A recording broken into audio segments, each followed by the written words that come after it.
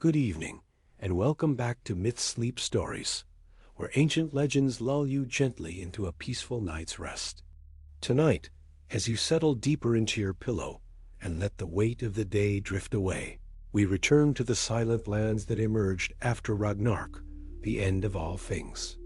The fires have cooled, the storm has passed, and what remains is a world washed clean, a quiet earth breathing under a new sky.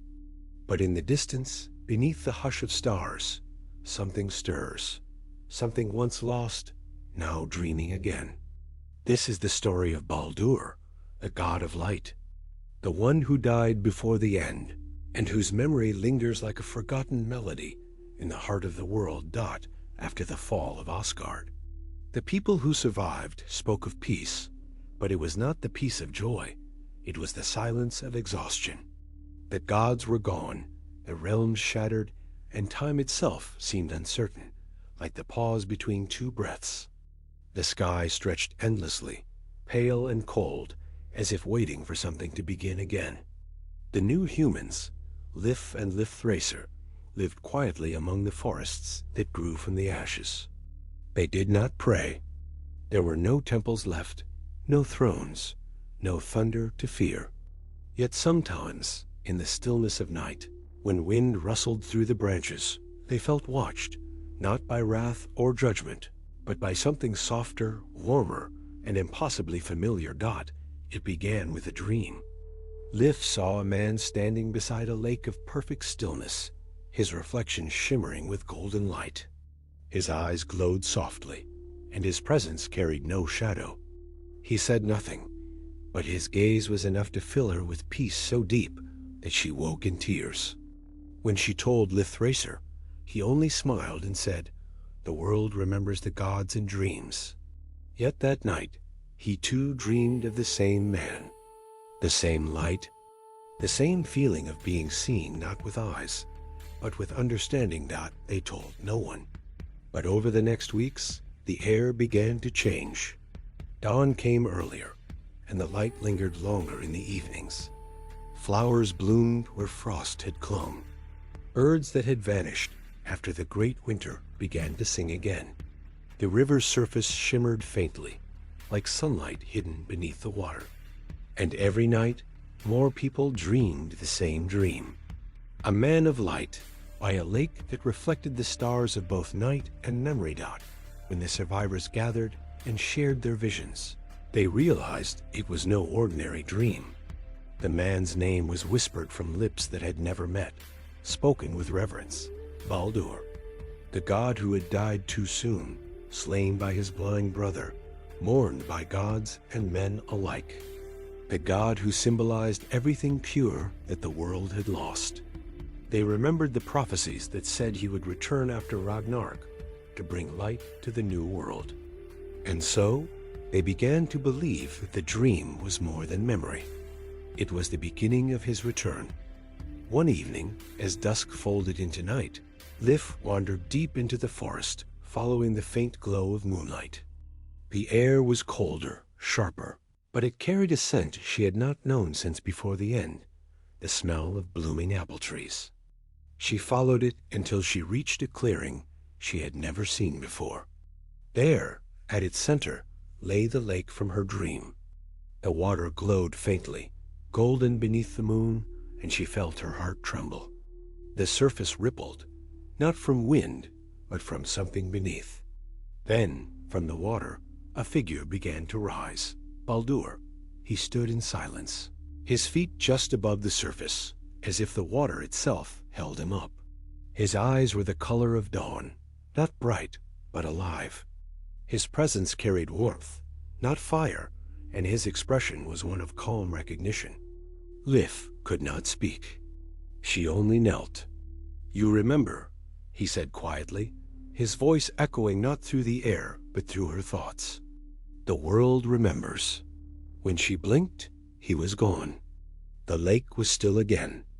But when she returned home, her hands glowed faintly with golden light. Days passed. Everywhere she went, the same quiet radiance followed. Grass bent toward her feet as if reaching for warmth. Children laughed in their sleep. People began to smile again for no reason. And each morning, a new dawn painted the horizon softer than the last.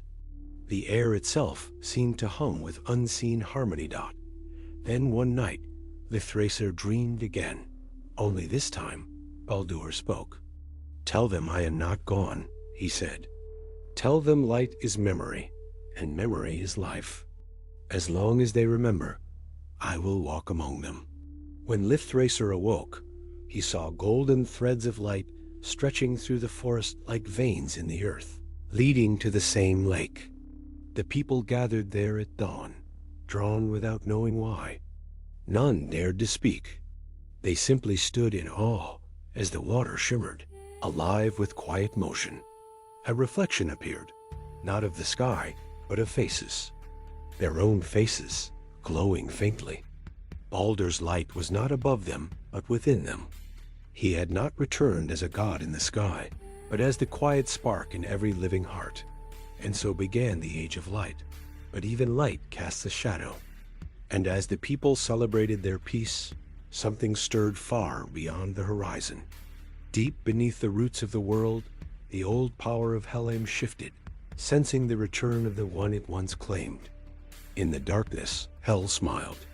For even the god of light cannot escape the laws of death forever. As the first rays of dawn spread across the forest, Lif watched the sky glow gold and whispered the words that would become legend.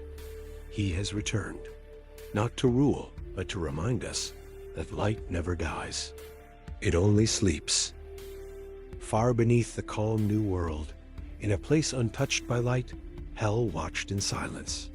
Her realm, once filled with quiet souls who had accepted their end, began to tremble. The whispers of the dead had grown restless. Something sacred was leaking into her domain. The memory of warmth, the pulse of life, the sound of laughter echoing through the cracks of the underworld.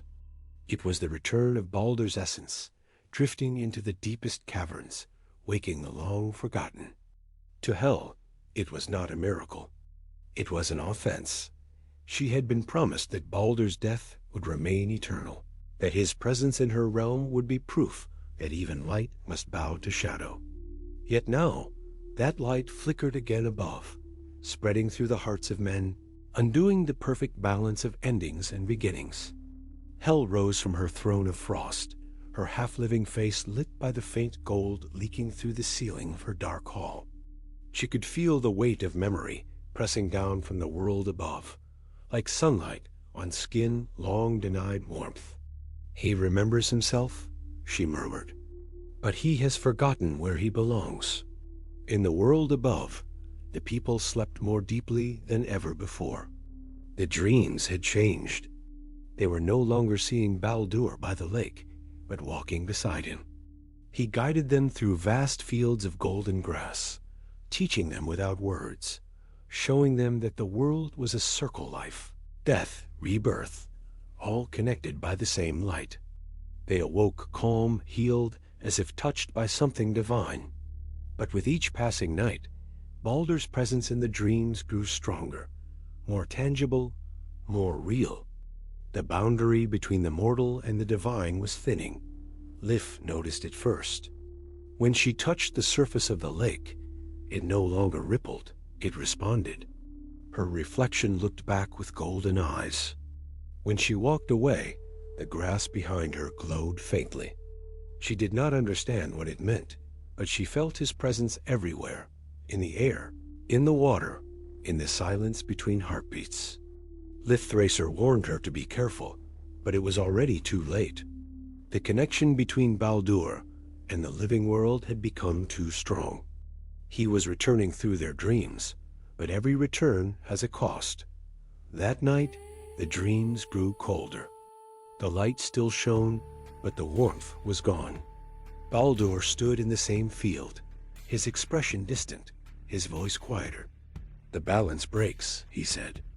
"Where light grows, shadow follows."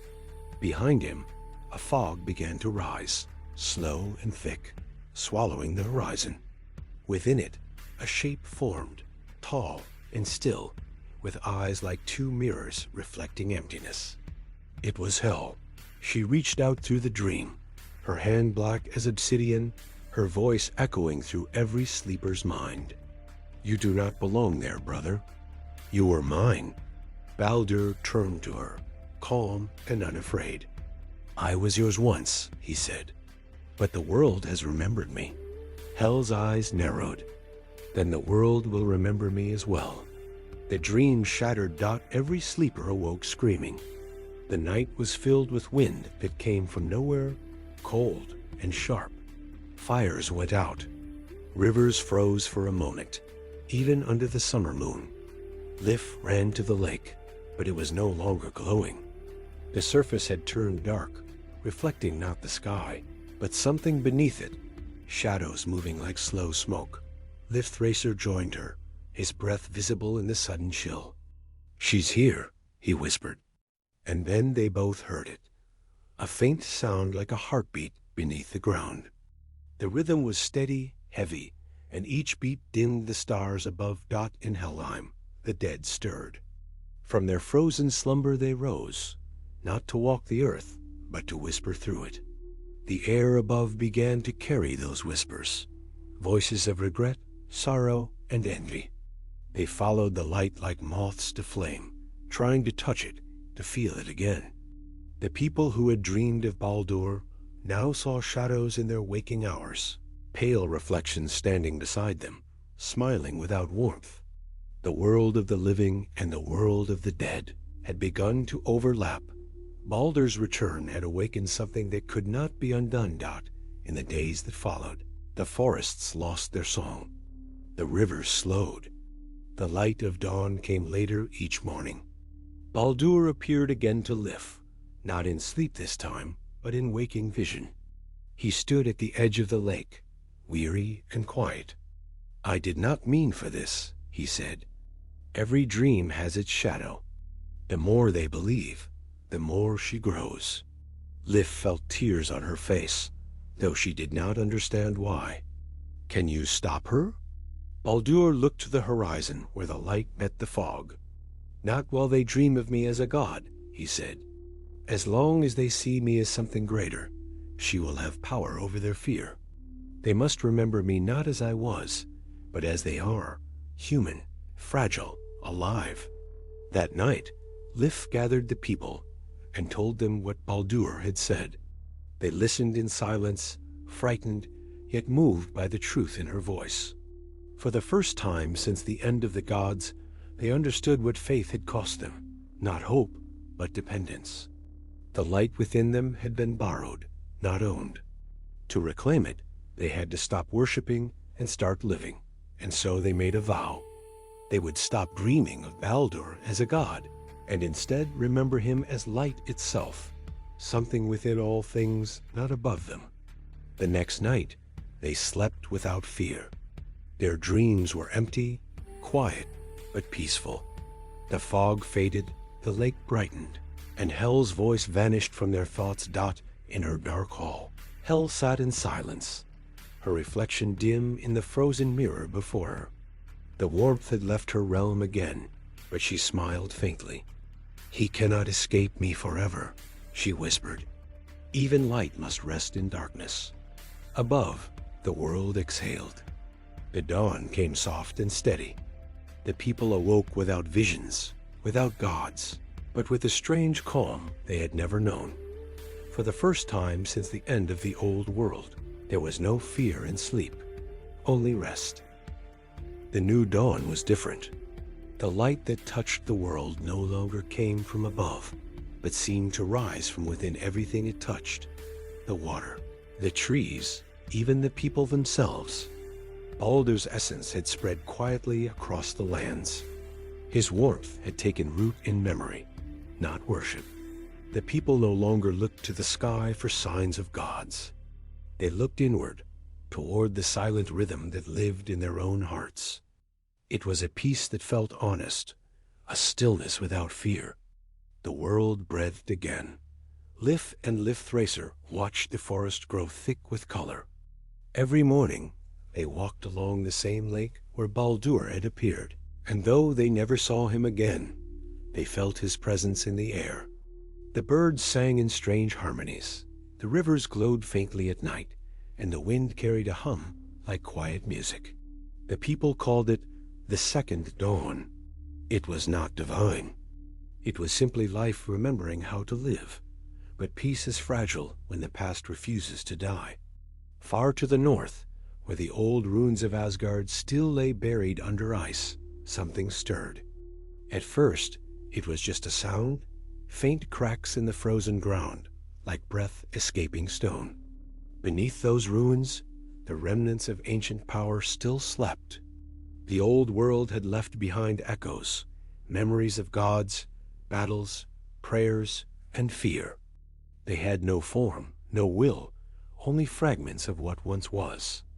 Yet as Baldr's light reached them, they began to wake, not as gods, but as reflections. Lithracer noticed it one night while sitting near the fire.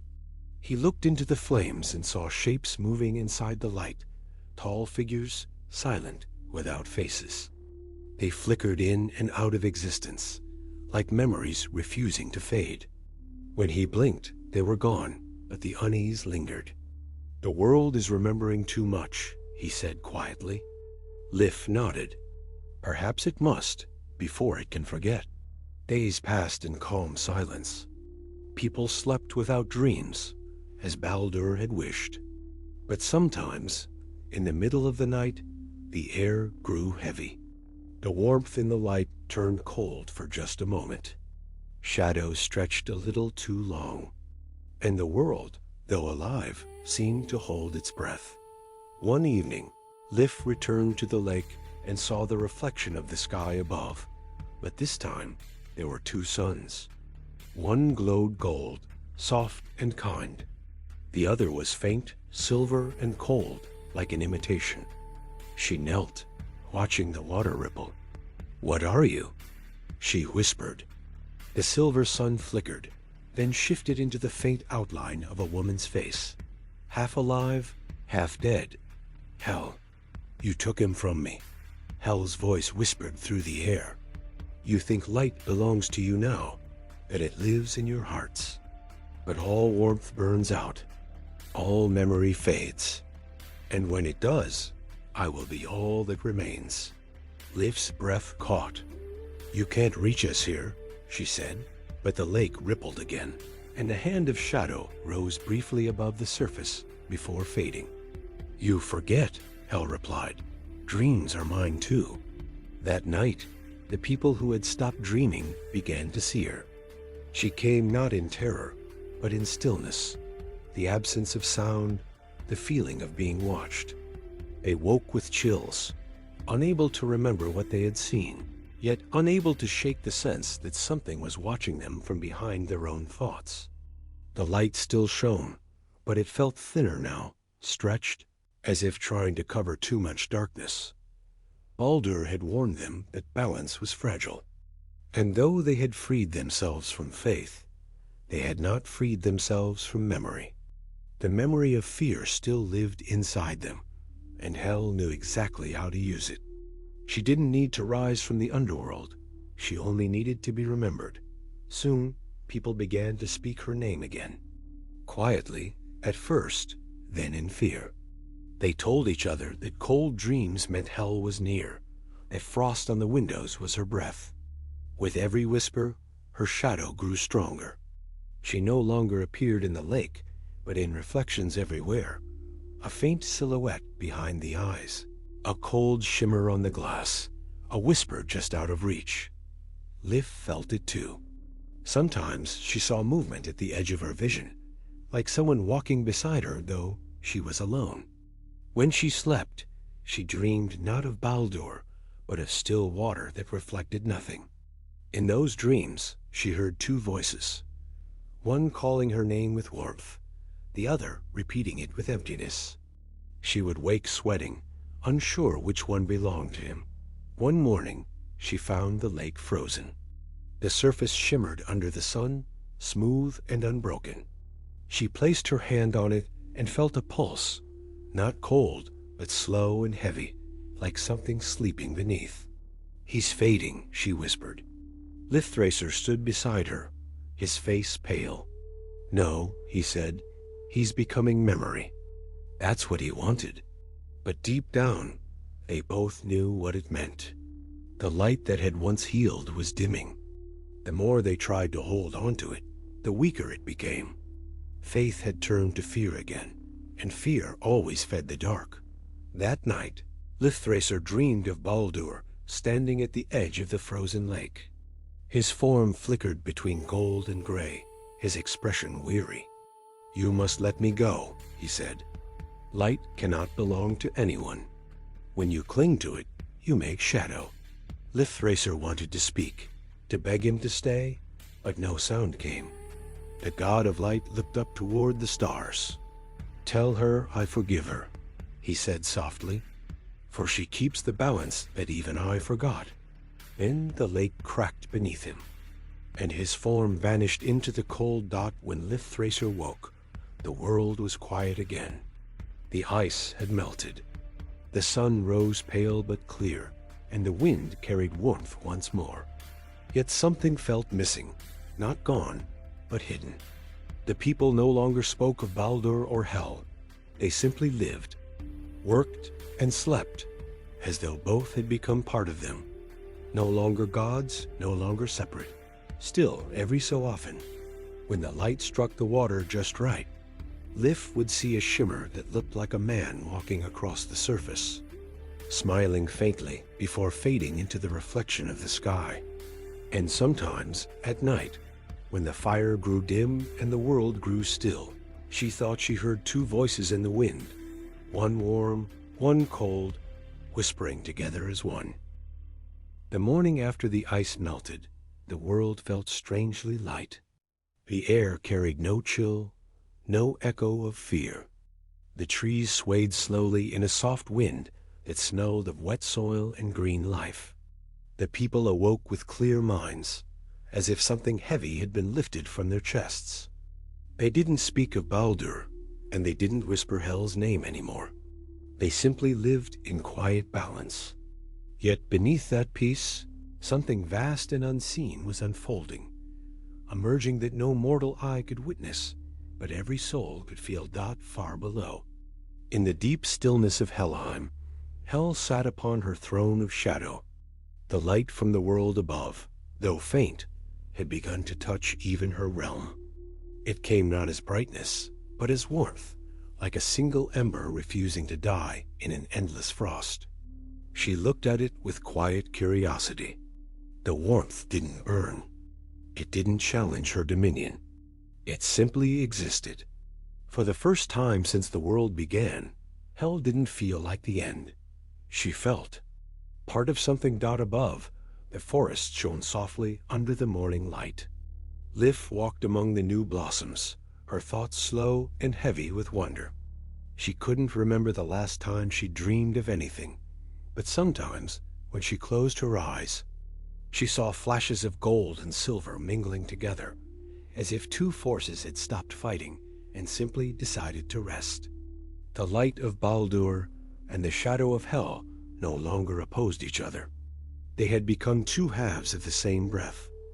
That evening, as dusk fell over the quiet fields, Lif returned to the lake.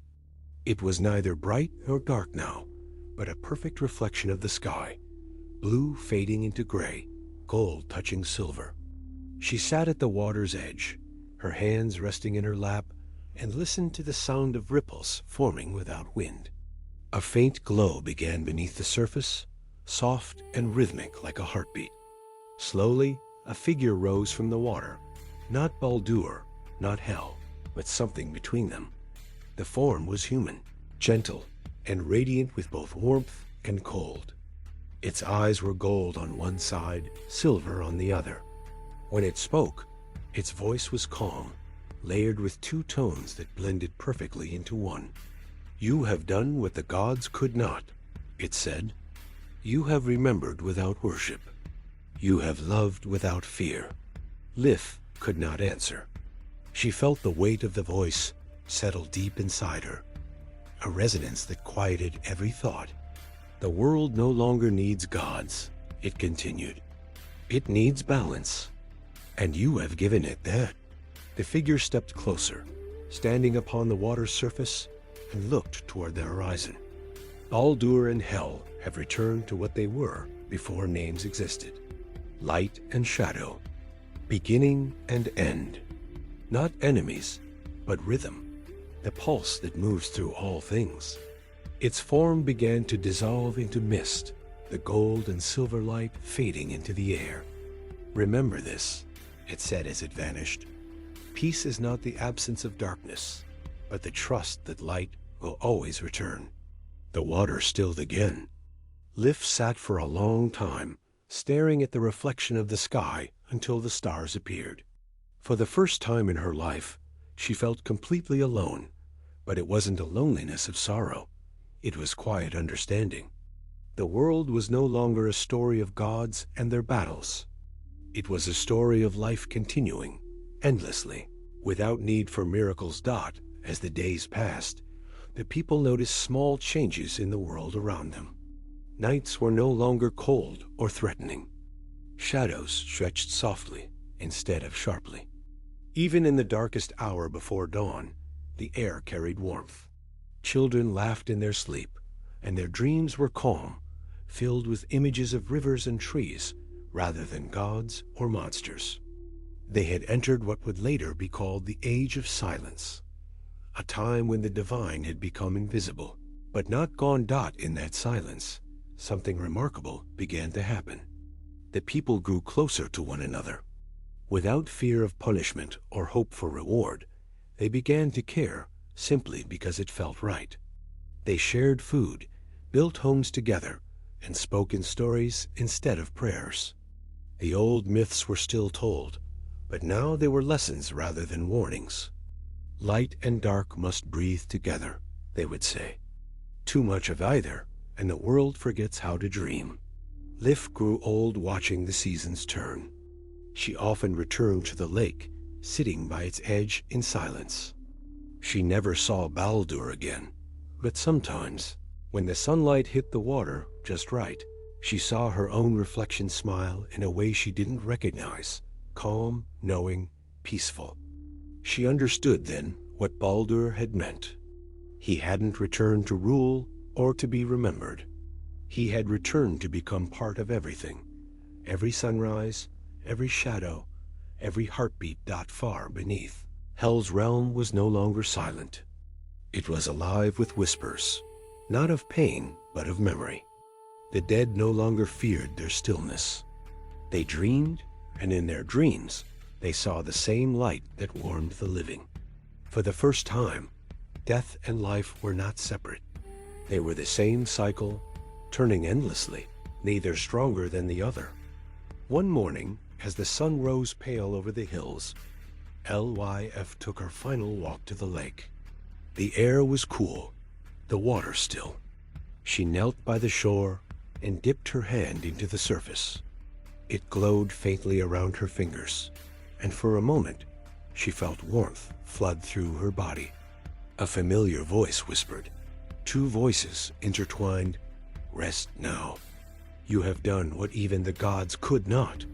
She smiled, closed her eyes, and let the wind carry her breath away. The world continued without pause. The trees swayed. The lake rippled. Somewhere in the distance, a child laughed. The balance held. And from that day forward, every soul that dreamed, whether living or dead, carried within it a faint echo of that golden silver light, the memory of a god who became more than divine, and a goddess who learned that even darkness could feel warmth.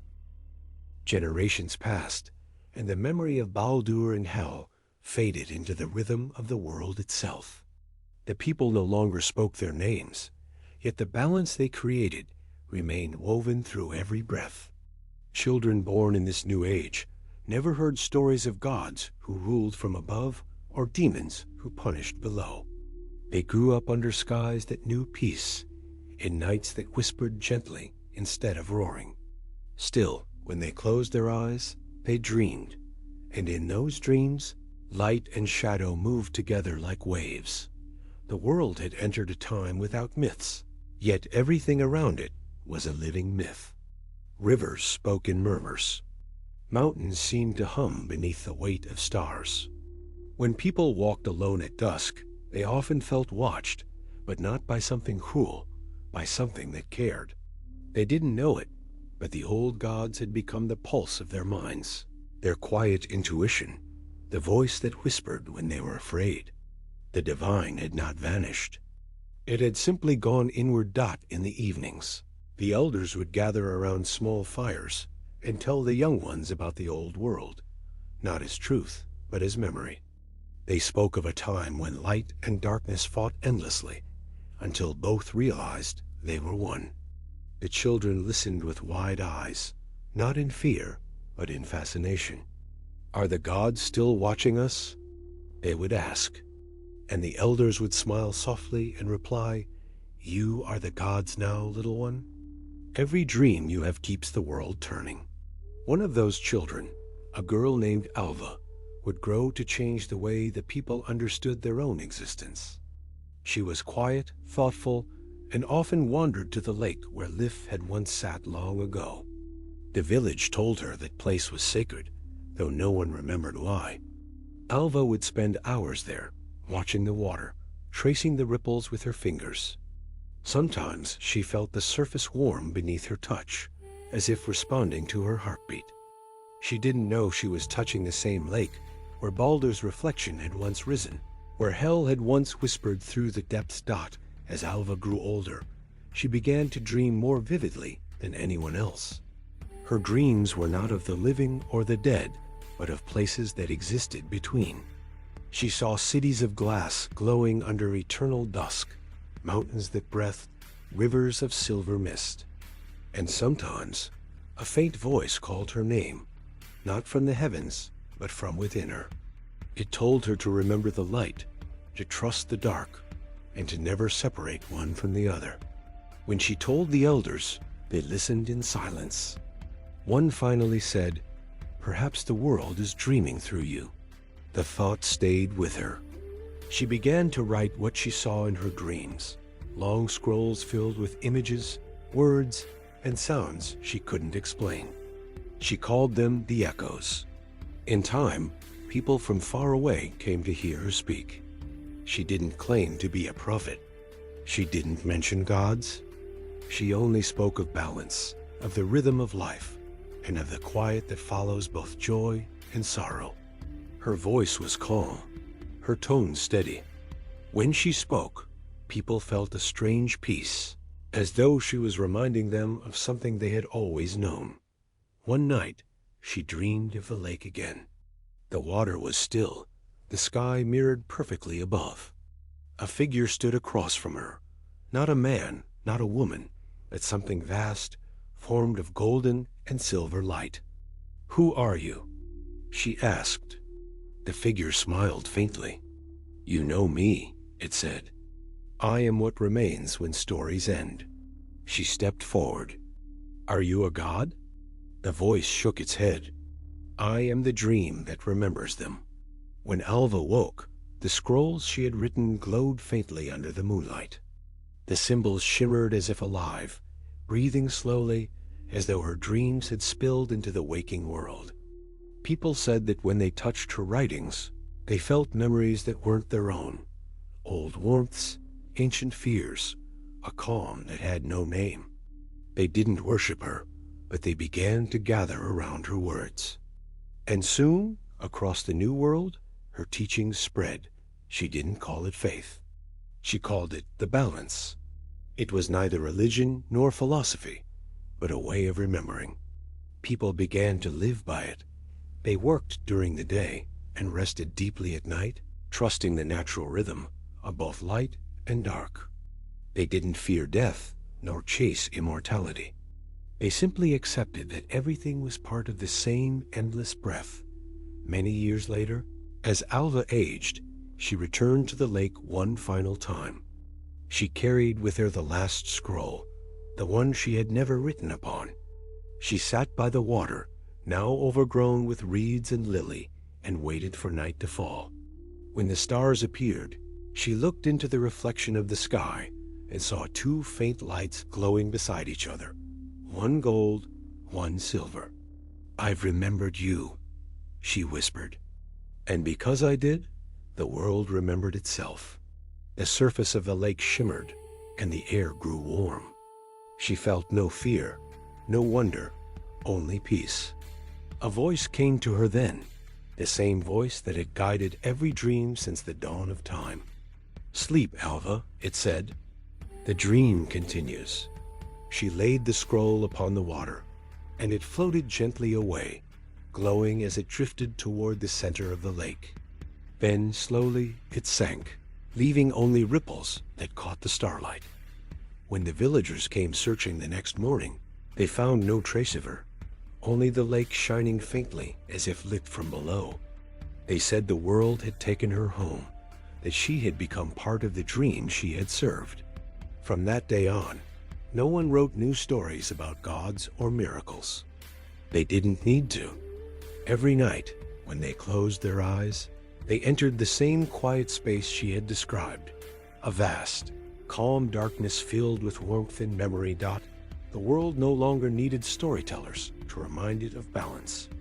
It had become the story, and every soul, sleeping or awake, carried within it the memory of the light that once fell, the shadow that forgave it, and the dream that bound them together forever.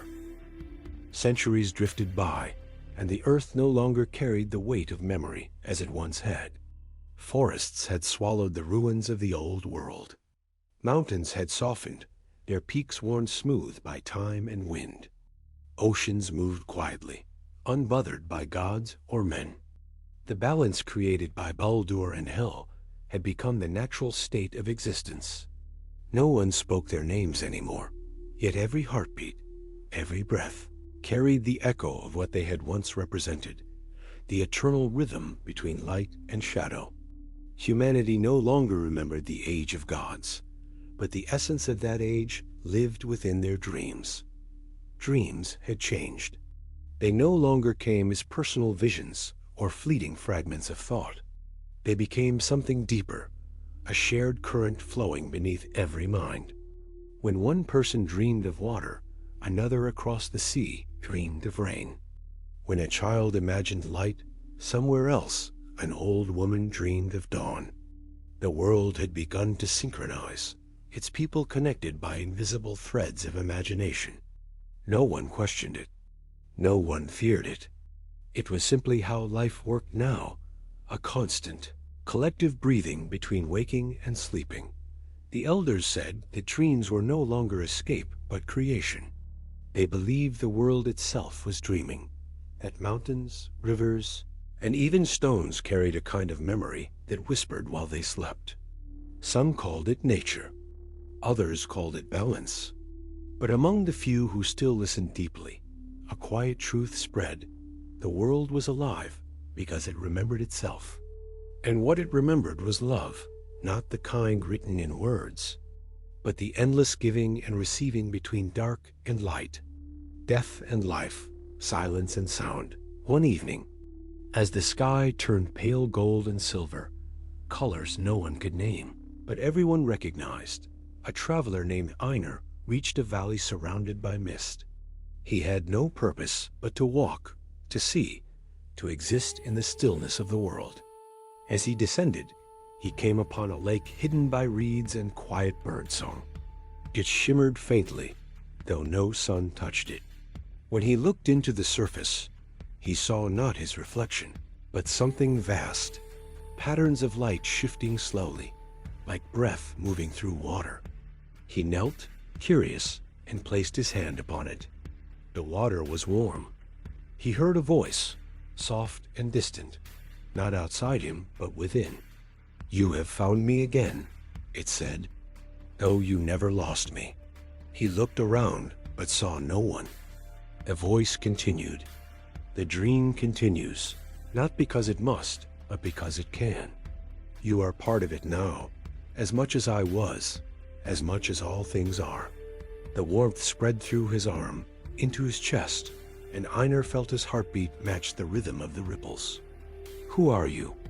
He whispered, The answer came without words, as a feeling, recognition, peace, belonging. It was not Baldr. It was not hell.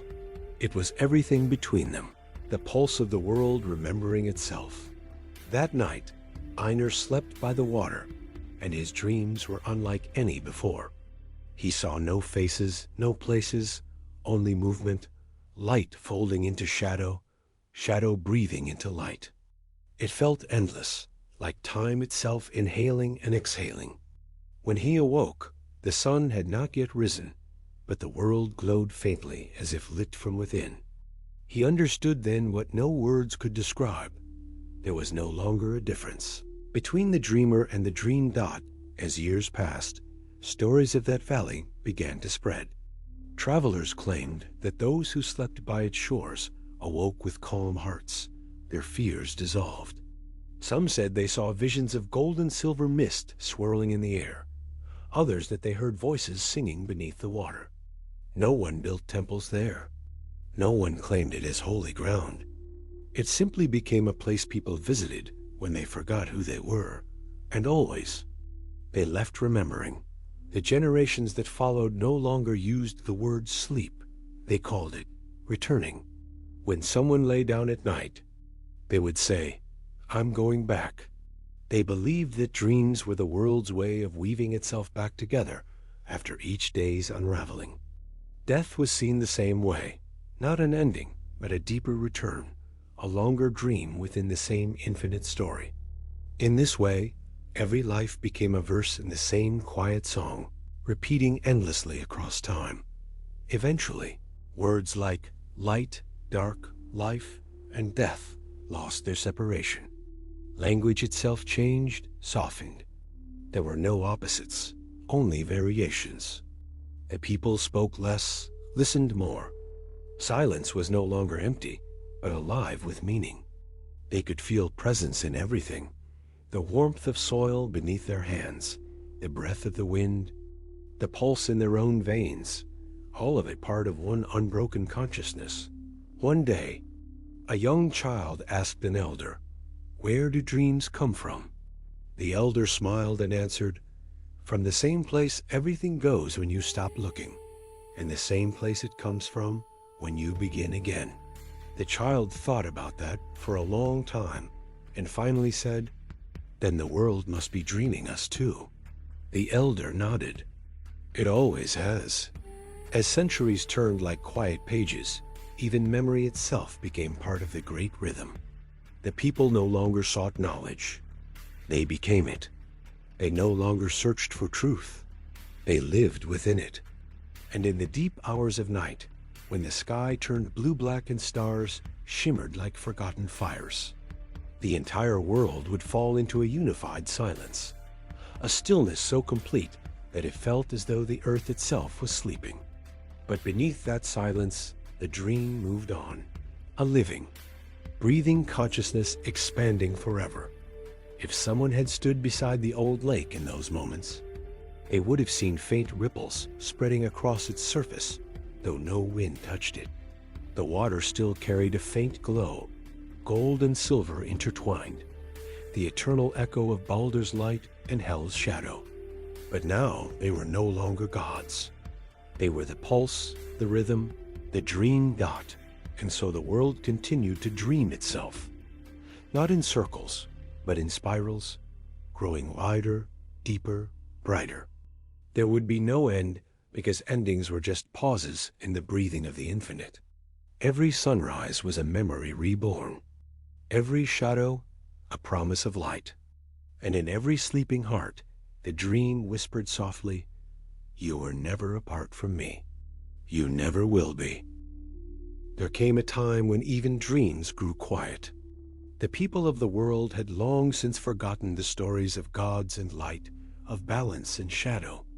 They lived in harmony without knowing why, guided by instincts they no longer questioned.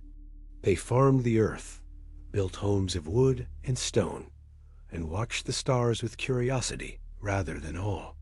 The past had faded, and the future felt endless. But nothing remains still forever, not even peace. Somewhere beneath the surface of existence, the dream began to stir again. It started as a faint hum in the quietest hours of night. Those who listened carefully could hear it, a low vibration, like the sound of the earth breathing.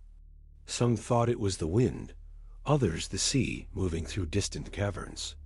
But those who slept deeply enough knew it was neither. It was the world remembering. One night, a young woman named Sigrid dreamed of a great tree rising from a sea of light.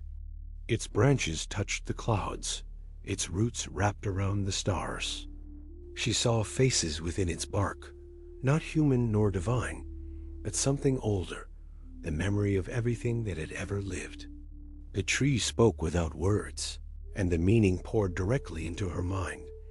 You have lived too long without remembering why. She woke with tears on her cheeks and an ache in her chest that felt like homesickness for a place she had never been. Sigrid tried to dismiss it, but the dream returned again and again. Each night, the tree showed her more, glimpses of a world before her own. When the air shimmered with the presence of unseen beings, when people walked with reverence because they knew they were part of something eternal, the dreams didn't frighten her. They filled her with warmth, a sense of belonging. But she noticed something strange. Every time she awoke, the world outside seemed to glow a little brighter. Colors deepened. The air vibrated with quiet energy. The people around her began to notice it too, as if her dreams were spilling into their waking lives. Soon others began to dream the same dream. Men, women, even children spoke of the great tree of light. None of them could explain it, but they all felt the same pull, a gentle longing to return to something beyond their understanding.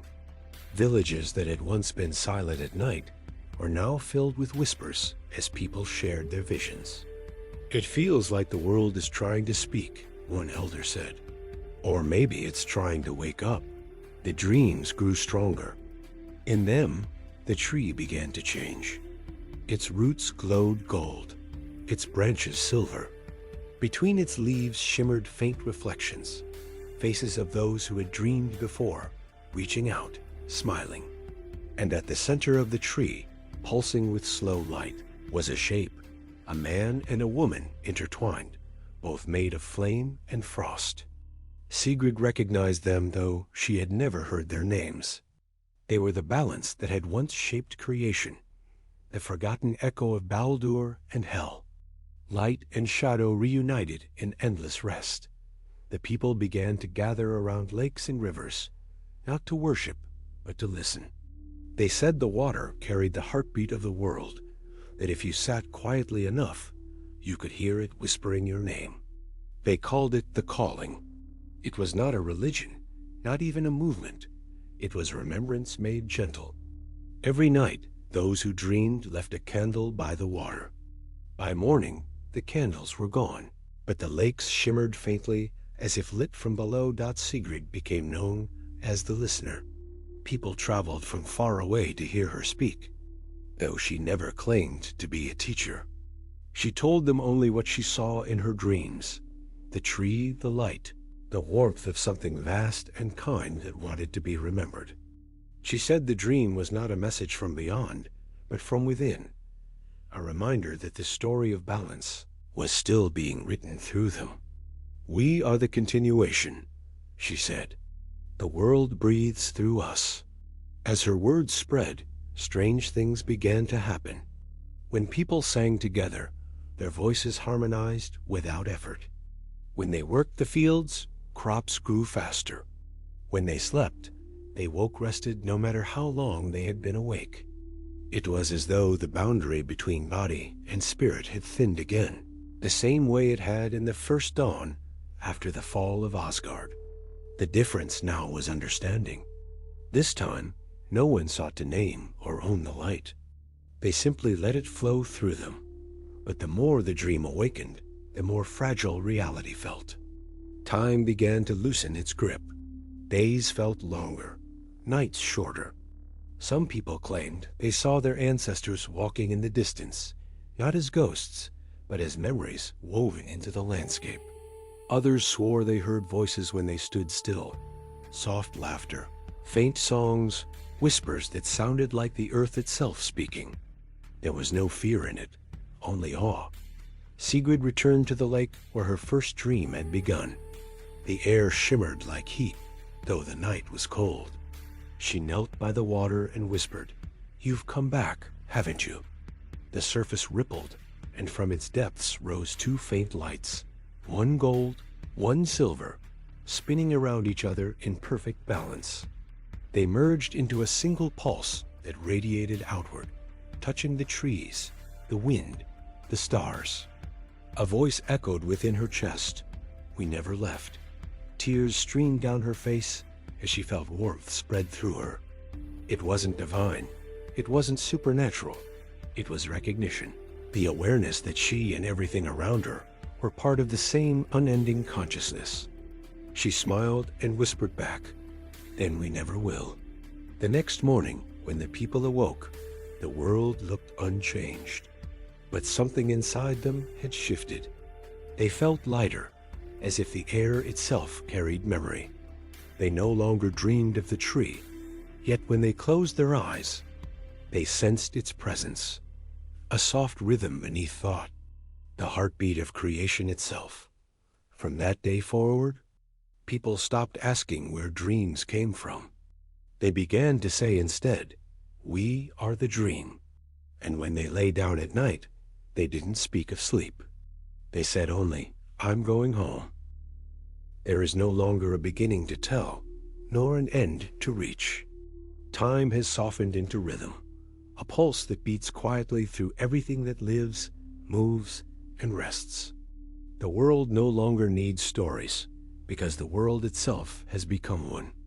The lakes that once reflected the faces of gods now hold only the sky. The trees that once whispered of creation now sway in silence. And yet, in that silence, there is a sound, a slow, steady breath, the breathing of a dream that has never stopped. The people who remain do not know. They are the descendants of those who saw gods. They do not know the names Baldr or Hel, nor do they need to. But within their hearts, a balance still lives, a calm understanding that joy and sorrow are not enemies, that light and shadow are threads of the same cloth. They live gently. They work in the sunlight, rest in the cool dark, and when they close their eyes, they drift without fear into the vast field of the world's memory. In this age, dreams are no longer private. They have become part of nature. When one person dreams, the earth stirs faintly beneath their home. The waves of the sea rise and fall in rhythm with sleeping breath. Even the stars seem to dim and brighten as though inhaling. Every dream feeds the next, and every sleeper becomes part of the same continuous story. No one remembers how it began. No one wonders how it will end.